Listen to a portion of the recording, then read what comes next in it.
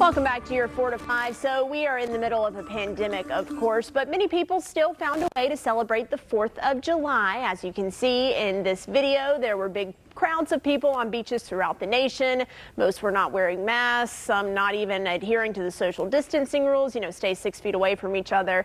So many people didn't necessarily safety recommendations from the CDC, and that's what Blanca Cobb and I are going to talk about today. Following some rules, even though you don't agree with them. Blanca, why, in your opinion, do you think people are resisting those safety guidelines? There are some people who just don't believe in the coronavirus. They don't believe that it's deadly, or they don't believe that it can hurt anyone. They don't think that the safeguards are very helpful, whether you need to stand 6 feet away from somebody or not be in large groups of people or even wear masks. And there are some people who just don't want to be told what to do. So should people still follow those safety suggestions? You talk about wearing masks and social distancing, even if they don't agree with them? Absolutely, because their decision doesn't only impact themselves, but it impacts everybody else. So let me give you an example.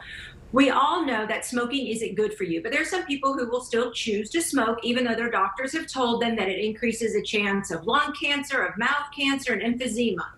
So they're hurting themselves. However, when smokers go into public places and that secondhand smoke can hurt other people's health, that's when there was a ban on smoking in a lot of public places or designated areas for smokers. It's the same thing with the coronavirus. So whether you believe in it or not, or whether you think it's going to impact you or not, it can still impact other people. So making that decision to protect other people is very respectful and mindful of safety. Interesting comparison there, Blanca. So if someone does give in, even though they don't agree with it, but they follow these guidelines, what does that say about their belief system?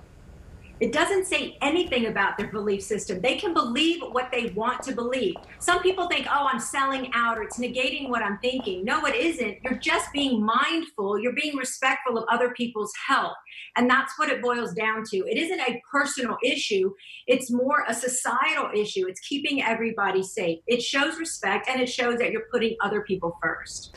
Blanca, thank you so much. As always, you can continue the conversation with Blanca on her Facebook page. Just search for Blanca Cobb, body language expert, if you want to continue that conversation with Blanca. Tahisha, some interesting points that Blanca brought up there, comparing secondhand smoke to the coronavirus. Just because you decide to take action, it might be putting other people at risk.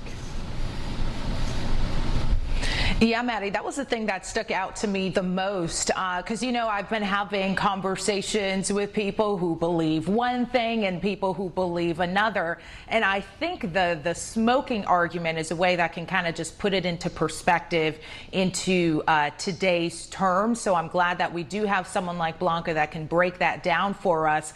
But you know what? This is not going to be the only time that we're having this conversation. I mean, as long as COVID is around, there are going to be people that feel either one way or the other, Maddie.